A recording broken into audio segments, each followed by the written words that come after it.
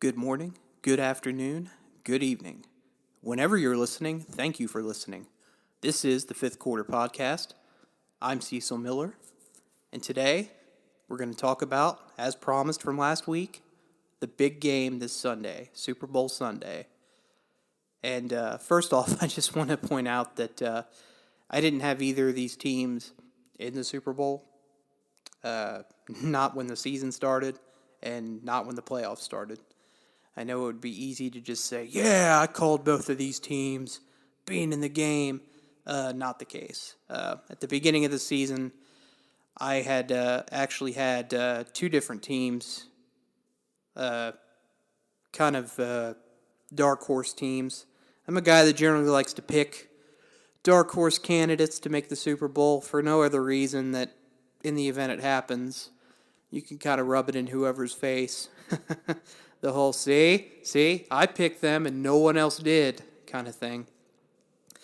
So yeah, at the beginning of the season, my two Super Bowl teams were the Baltimore Ravens and the New Orleans Saints. So the Saints almost got there. Saints almost did me a favor.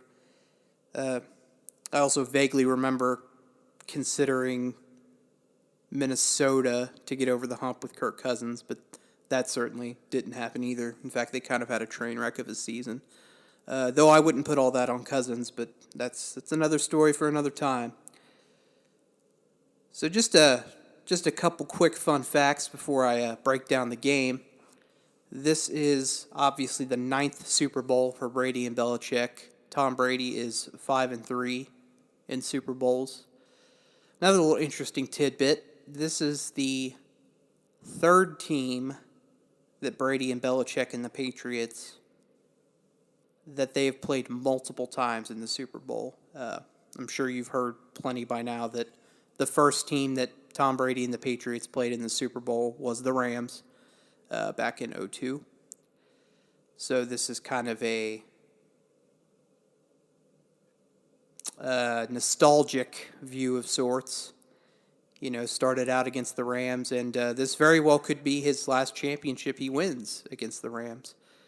So that would be kind of ironic. Of course, the other two teams that he's played multiple times in the Super Bowl are the New York Giants, which he went 0-2 against, and the Philadelphia Eagles, which he went 1-1 against. So if the Rams win the Super Bowl, I guess the stat there would be that Brady did not win both matchups against any of those three teams. I just think it's interesting that, you know, a team that goes to 9 Super Bowls, 6 of them, they play against teams that they've played multiple times. Just think that's interesting, especially considering how the NFC over the years has not really had a dominant team like the Patriots, where it's pretty much, this team's going to get to the bowl, and that's it. The NFC certainly has been wide open, especially over those last 17 years or so. So it's pretty cool that they've had these matchups. Now, of course, each and every time, you know, completely different rosters. You know, the matchup with the Eagles the first time, you know, you're looking at a Donovan McNabb, coached by Andy Reid, you know, great players, Brian Westbrook, Terrell Owens, defensive players. I believe Jeremiah Trotter was on that Eagles defense then. You know, completely different roster than, you know, last year, obviously, where you had Nick Foles, you know, having his breakout playoff performance, and all of the players on that team, the other Kelsey, the offensive lineman, some great defensive play, and Doug Peterson, who ironically is a Andy Reid protege, so that's kind of full circle there. And then, of course, the Rams, you know, the Rams, the first time around, that was your greatest show on turf Rams. I mean, that was so many Hall of Famers on that team. You know, you had Marshall Faulk, Kurt Warner, Torrey Holt, Isaac Bruce. I mean, that offense, crazy, crazy good. Legendary coach Dick Vermeil. And these Rams, you know, a complete kind of in a lot of ways the same, but definitely different. You've got, instead of the legendary coach, you've got the up-and-comer in Sean McVay. And, of course, you have the young but definitely improving quarterback play out of Jared Goff. You've got, dynamic running back, can-do-it-all kind of player, Todd Gurley. And then you've definitely got a strong receiving core. Obviously, Cooper Kupp's injured, but you've still got Robert Woods. And then, of course, Brandon Cooks, who ironically, again, played in New England. So you got the revenge factor there. And then there's, of course, the Giants, the Tom Coughlin, Eli Manning thing, which is Tom Brady's kryptonite, apparently. And the Steve Spagnuolo coordinated defenses with the strong pass rushers that they've had over the years. Of course, everybody knows about Strahan, and then Pierre Paul and Osi Umenyiora and all those dynamic pass rushers of the Giants' past. So I just thought that was a really cool stat that I'd share with you guys briefly. And then, of course, the other big news this week is that there was a couple of instances. I guess the State Attorney General of New Orleans was trying to file a lawsuit against the NFL for the missed call in the conference championship game. And, I touched on this briefly last week, and I'm gonna stand by what I said, and I'm going to even double down on what I said last week. Look, this game is officiated by humans. Humans make errors. And that goes both ways. There were screenshots that I saw this week on social media about all the calls that didn't go the Rams' way either. Apparently a Saints player stomped on the helmet of a Rams player while he was down, and there was a couple delay of games where the clock had clearly hit 0, but Breeze was able to get the play off anyway. And then, of course, there's the big thing I go to where, look, the Saints win the coin toss in overtime. They get the ball. They get a touchdown. They win the game. Drew Brees throws an interception. Now, again, granted, he was definitely under duress. His arm was hit during the throw. I understand all that. But, you have an opportunity. You win the coin toss. You're the Saints in overtime. You've got to take care of that game.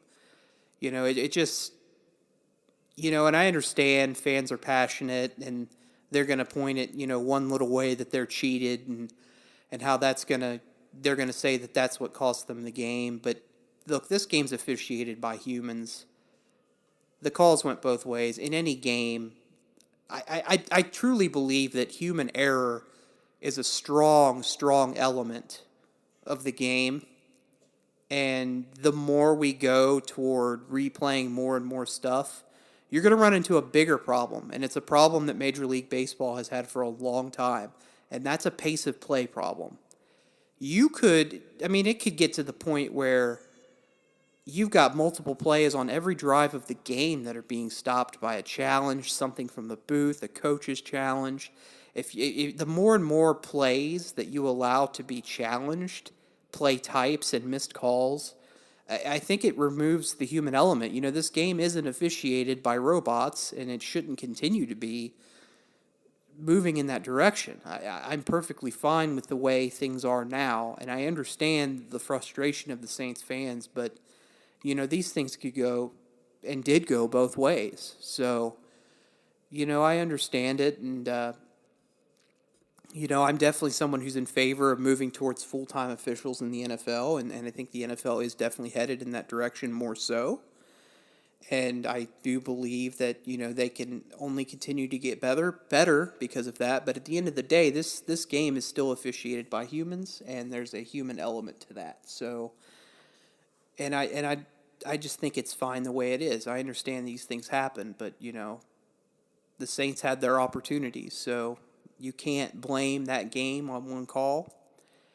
And let's say this were a team that I would be rooting for, like the Bengals, and this happened to them. Yeah, I would definitely be upset. But an overhaul of the challenge system or the way that penalties are assessed is not the solution. Okay, now that I got that off my chest, let's talk about what I really wanted to talk about, and that would be Super Bowl 53. I'm very, very excited for this game. Obviously, I think there's a little bit of Patriot fatigue out there. People, definitely, myself included, would definitely prefer that there be a fresher matchup, and I would be lying if I said I wasn't rooting for the Chiefs 2 weeks ago, but it is what it is. The matchup is what it is, and I'm still very excited for this game. I believe that this game will be competitive. This isn't a game that screams to me one team or the other is going to blow the other one out. Both obviously have dynamic offenses with playmakers, very good play calling. Defensively, the Rams have all those playmaking studs. The Patriots, while they don't have a great individual defensive player, I mean, they've got, a couple good guys. Hightower, obviously. Chung is definitely a little bit underrated and can do more than you would think. And then, of course, McCourty. They've got some above-average defenders, but they don't have a game-changing stud on that defense. But they play good team defense, especially in the playoffs. I know they let the Chiefs hang 31 on them, but the Chiefs are going to hang that many points on pretty much anybody. In fact, had the Chiefs made this game, I would have been talking about the regular season matchup that those two teams played, where the Rams and the Chiefs hung 50 on each other. So, I mean, this game is still an offensively driven game, and the Chiefs, they're going to hang that many points on everybody. But I do believe that the Patriots as a whole are well coached in all phases of the game and play good team defense. And, this looks to me like a game where, and I hate saying this, and I know that a few of my close personal friends out there have been eager to hear what I believe is going to happen. And, the way I see it, this is definitely going to be a close game. I think through the first three quarters, you're going to look at the teams just going back and forth, trading punches. I think what ends up happening at the end of the game is you see a fourth quarter kind of a drive by Brady. I think they're going to end up with the ball last, and I think that Brady drives them down and does what Brady always does, and he's going to get them in a position to win, whether it's a kick. We've seen plenty of, especially in the Vinatieri days, where Vinatieri was brought in and won it for him.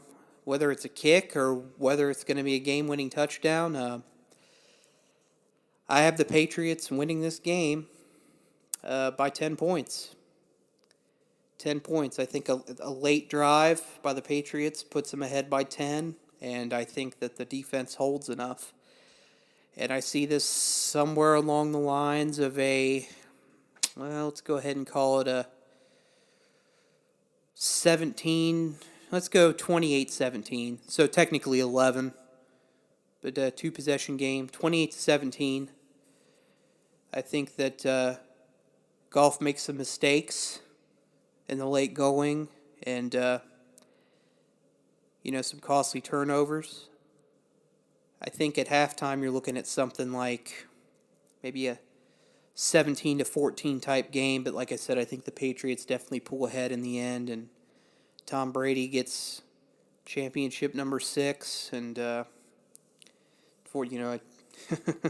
personal feelings aside, I know personally I don't like to see this at all, and I hate admitting this, but I think if Brady gets this 6th ring, it's going to be pretty hard to argue anymore that he's not the greatest quarterback of all time, certainly in terms of achievements. I mean, you could argue from a talent standpoint, there's some guys in the league right now that are better than him, but from an achievement standpoint, I mean, it's definitely going to be hard to argue. So, I definitely see this one as definitely a close game. The Rams are not to be underestimated, but ultimately I think the youth in key spots and the inexperience definitely at head coach for the Patriots and at quarterback, certainly the play calling that they've designed for Tom at his age, I think they're just going to be a little too much, and I see this as a kind of a 28-17 type game in favor of the Patriots. As always, if you disagree, feel free to comment below. I do read. And If you like the Fifth Quarter podcast, feel free to subscribe. I do plan on keeping this as a weekly podcast with some fresh topics every week. And as always, guys, thank you so much for listening. Enjoy the game. I certainly will. And I'll talk to you guys next time. Take care.